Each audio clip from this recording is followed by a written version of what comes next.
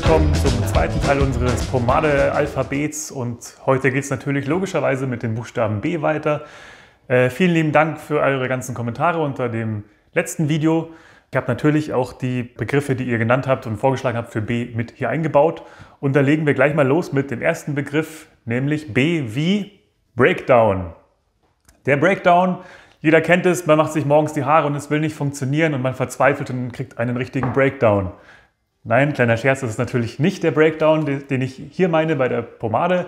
Nein, der Breakdown, den ich meine, bei dem geht es nämlich um das Verreiben der Pomade in den Händen. Ihr seht es in unseren ganzen Videos, also vor allem in den Reviews, wenn wir Pomade anwenden, reiben wir sie vorher in unseren Händen weich, um sie schön eben geschmeidig zu machen, leicht zu erwärmen, damit sie leichter ins Haar einzuarbeiten ist. Und ein Breakdown beschreibt eben genau das. Man bricht die Struktur einer Pomade auf und macht sie geschmeidig. Ein guter Breakdown, jedenfalls geht es mir persönlich so, ist es, wenn es eine schöne homogene, smooth Masse wird zwischen den Handflächen. Ein schlechter Breakdown ist, wenn sogenannte Flakes entstehen, aber dazu dann mehr, wenn wir zum Buchstaben F kommen. Als nächstes haben wir den Begriff Build-up. Build-up ist einfach das, was im Haar zurückbleibt, wenn man eine klassische ölbasierte Pomade, die nicht wasserlöslich ist, im Haar hatte und sich dann die Haare wäscht und etwas davon eben im Haar zurückbleibt. Das heißt, es ist immer noch eine Schicht Pomade auf den Haaren. Und durch diese leichte Schicht ist das Haar auch immer noch ein bisschen mit Halt versehen. Es ist eine gewisse Festigkeit immer noch da. Natürlich kommt es auch aufs Produkt an, welche Pomade verwendet wurde. Aber das Coole an so einem Build-up ist, man kann am Folgetag dann einfach sich schon relativ cool die Haare stylen, beziehungsweise braucht nur wenig neue Pomade nachzulegen, da man ja quasi noch Pomade im Haar hat. Und das ist der sogenannte Build-up. Als nächstes haben wir B wie Bienenwachs. Bienenwachs ist eines der meistverwendetsten natürlichen Wachse in ölbasierten Pomaden, ist aber auch in manchen wasserbasierten Produkten drin, zum Beispiel auch in vielen unorthodox wasserbasierten Pomaden. Was das heißt, wisst ihr entweder schon oder müsst ihr euch noch ein bisschen gedulden, bis wir zum Buchstaben U kommen.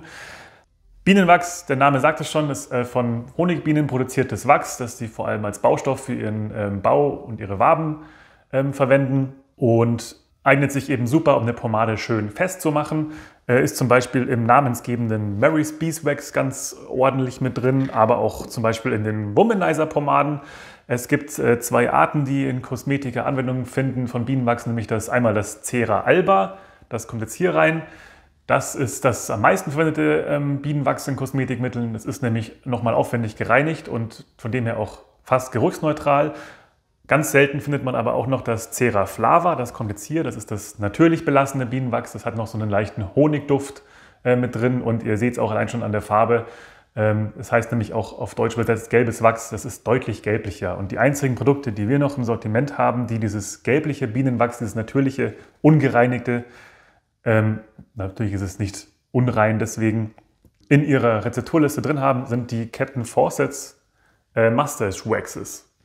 Und wo wir gerade bei Inhaltsstoffen für Pomaden und Co. sind, kommen wir gleich zum nächsten Begriff, nämlich B wie Bentonit. Bentonit ist eine bestimmte Art von Tonerde. Man kann einfach auch sagen, es ist einfach ein pulverisiertes Mineralgemisch. Also ihr müsst euch das so vorstellen, jeder kennt doch Ton, wenn so ein harter Ton, wenn man den quasi mahlen würde, also ganz fein zerreibt, hat man so ein Pulver und eben eine bestimmte Art von diesem Mineralgemisch ist das sogenannte Bentonit. Und Bentonit ist extrem gut, wenn es darum geht, Wasser zu binden und Feuchtigkeit aufzunehmen. Ähnlich wie Kaolin ist nämlich eine ähnliche Tonerde, die auch in Kosmetika Anwendung findet.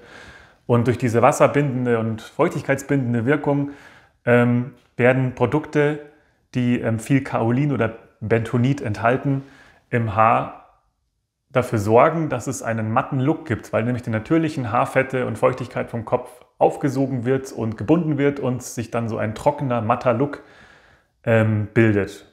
Tonerde heißt auf Englisch Clay und das ist auch der Grund, warum es viele Clay-Pomaden oder Matte Clays gibt. Diese Produkte bekommen ihren Namen nämlich genau davon. Das haben wir jetzt zum Beispiel hier das Suavecito Firm Clay oder auch das American Gardens, die Clay Pomade von She Revival und die enthalten beide Bentonit, um die Frisur möglichst schön matt zu machen. Dann ganz wichtig, der nächste Begriff B wie Buch, in dem Fall das Pomadebuch. Das habe ich hier stehen, geschrieben von unserem Gründer und Geschäftsführer Stan, der, bevor er Pomadeshop gegründet hat, einfach seine Leidenschaft für Pomade entdeckt hat und viele, viele Jahre ganz aufwendig alle möglichen Infos rund um Pomade und klassisches, traditionelles Haarstyling recherchiert hat und letztendlich dann in diesem Werk hier zusammengetragen hat. Hier findet ihr alles Mögliche über Pomade, über Hairtonics, über Frisiercremes, Haarbürsten. Es sind ganz viele alte Anzeigen mit drin von damals, aus den 20er, 30er, 40er, 50er Jahren. Und ist wirklich ein sehr, sehr cooles Werk. Also wenn ihr Pomade-Fans seid und ihr habt das noch nicht zu Hause, das ist die absolute Bibel für jeden Pomade-Fan. Dann kommen wir zum nächsten Begriff, B wie Bürste, in dem Fall die Haarbürste. Ich habe hier zum Beispiel von Dapper Dan eine klassische Herrenhaarbürste. Ihr seht, ist ein bisschen anders als zum Beispiel die übliche Drogerie-Haarbürste, die oft auch eher für Damen ist. Wir haben hier feine, ganz eng aneinander stehende Wildschweinborsten und die sorgen eben dafür, dass man sich damit die Haare super an den Kopf anlegen kann. Man kann sich noch mal ein bisschen mehr Glanz rausholen, weil man nämlich mit so einer Bürste die Haare schön glatt gelegt und vor allem auch parallel nebeneinander gelegt bekommt. Und wenn dann Pomade drin ist, dann glänzen sie noch mehr nach so einer Bürste. Die Kopfhaut wird angenehm massiert und diese Haarbürsten sind tatsächlich, genau wie der Kamm, ein ganz, ganz klassisches Haarstyling-Mittel. Gibt es tatsächlich auch ein Kapitel hier im Buch drüber. Genau, seht ihr hier.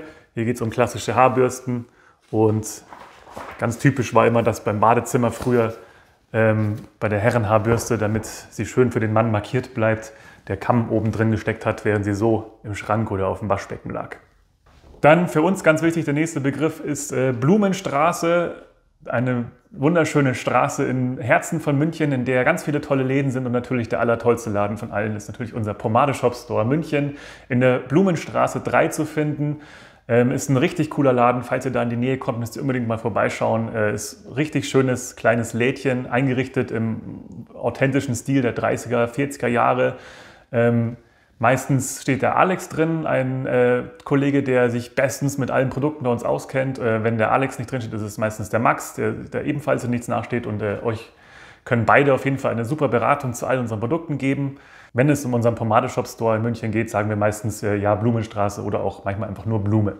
Der nächste Begriff B wie Bartpflege. Ja, um uns geht es ja nicht nur um die Haare, sondern auch um den Bart. Wir tragen ja auch fast alle einen Bart und Bartpflege ist sehr, sehr wichtig. Vor allem geht es da um die Haut unter dem Bart, weil Gesichtshaut ist ein bisschen anders als viele andere Hautstellen am Körper. Ich merke es bei mir selber, dass die etwas empfindlicher ist, dass die leichter austrocknet und deswegen empfiehlt sich zum Beispiel bei Bartpflege, ist für mich essentiell, immer ein Bartöl zu verwenden, regelmäßig, eigentlich täglich, um die Haut darunter schön geschmeidig zu halten, dass auch Feuchtigkeit hinkommt und gleichzeitig hat es einen sehr, sehr schönen Duft und das Barthaar bleibt auch schön geschmeidig. Wenn man den Bart dazu noch ein bisschen formen möchte zu der Pflege, dann kann man einen Bartbalm hernehmen, wie zum Beispiel jetzt auch hier den Dapper Dan Beard Balm. Haben wir eine schöne Auswahl, übrigens auch von Captain Fawcett und einigen anderen Marken bei uns im Sortiment. Gibt auch andere Arten von Balmen, auch eher nur zur Pflege, zum Beispiel hier der von Proraso, der ist eher wie so, wenn ihr Feuchtigkeitscremes kennt, kennt ihr vielleicht auch Feuchtigkeitsgele.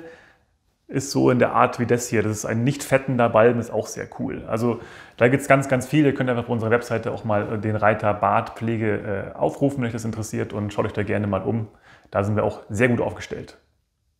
Und dann als letzten Begriff, ein Begriff, der mir tatsächlich jetzt heute komplett neu war. Da kam der Ronald vorhin auf mich zu und er meinte, wir sollten den mit aufnehmen und zwar der sogenannte Bro-Flow.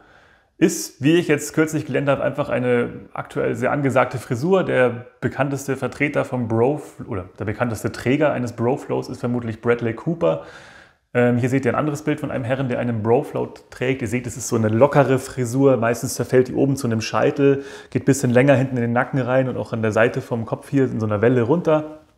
Könnt ihr natürlich auch Produkte dafür bei uns finden. Jetzt keine klassische übersäte Pomade, weil der Look ist ja eher matt. Ich würde sagen, dass man da lieber eher eine Mattpaste oder ein Matt Clay verwenden sollte oder eine Mattpomade. Gibt es ja auch einige bei uns zu finden. Aber ja, dieser Bro-Flow, ihr seht, es gibt auch nicht nur die klassischen Scheitelfrisuren, wie ich jetzt eine trage, gehen mit Pomade oder ähnlichen Produkten, sondern wir haben auch für solche modernen, lockeren und matten Styles auch viele Produkte hier. So. Und das wären jetzt alle Begriffe, die mir im Vorfeld zu B eingefallen sind, beziehungsweise die ihr mir in die Kommentare geschrieben habt. Fand ich sehr super. Vielen Dank dafür nochmal. Und der gleiche Aufruf wie letztes Mal, wenn ihr jetzt sagt, Mensch, der Flo hat jetzt aber den und den Begriff vergessen mit B, schreibt den gerne hier drunter. Am besten mit Erklärung dazu, dass, wenn jemand anderes das dann liest, dann gleich weiß, was es bedeutet, falls ihr den Begriff nicht kennt. Ich sehe das so auch als so ein bisschen eine Zusammenarbeit zwischen uns allen an. Ich bin ja jetzt hier nicht der Oberlehrer, der euch sagt, was hier Sache ist, sondern ich baue da ganz darauf auf eure Hilfe. Auch wenn ich hier irgendwas gesagt habe, wo ihr sagt, der Flo hat da aber irgendwie auch nicht ganz recht gehabt. Gerne unten in die Kommentare schreiben, dann lasst mir gerne Feedback, wenn ich hier irgendeinen Fehler mache oder generell, ob euch das Ganze hier gefällt. Und natürlich, ganz wichtig, unser nächstes Video, da geht es um Pomadebegriffe mit C. Schreibt mir doch gerne in die Kommentare, was euch denn mit C einfällt. Das nehme ich dann gerne auf für das nächste Video und dann hoffe ich, dass ihr noch abonniert und einen Daumen hoch gebt und dass wir uns mit dem nächsten Video hier auf unserem Pomade Shop YouTube-Kanal wiedersehen. Bis dahin wünsche ich alles Gute, euer Flo.